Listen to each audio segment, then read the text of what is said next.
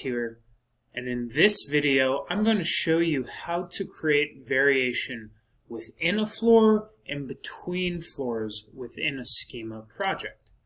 Now what you can do is take a created layout and split it up into sub-layouts within a floor.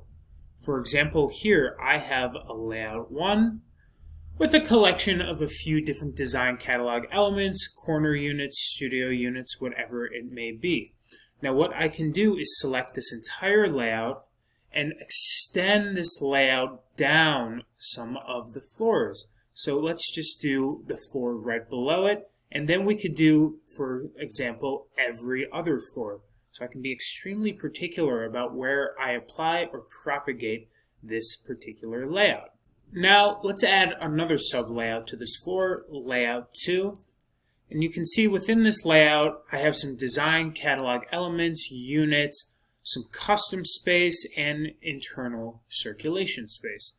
So again, what I can do is select this entire layout and then extend this down, but some different floors than I already did layout 1.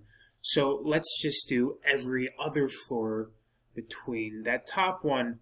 And again, by doing this, you can see I'm creating variation not only within one floor, but vertically between different floors within my schema project.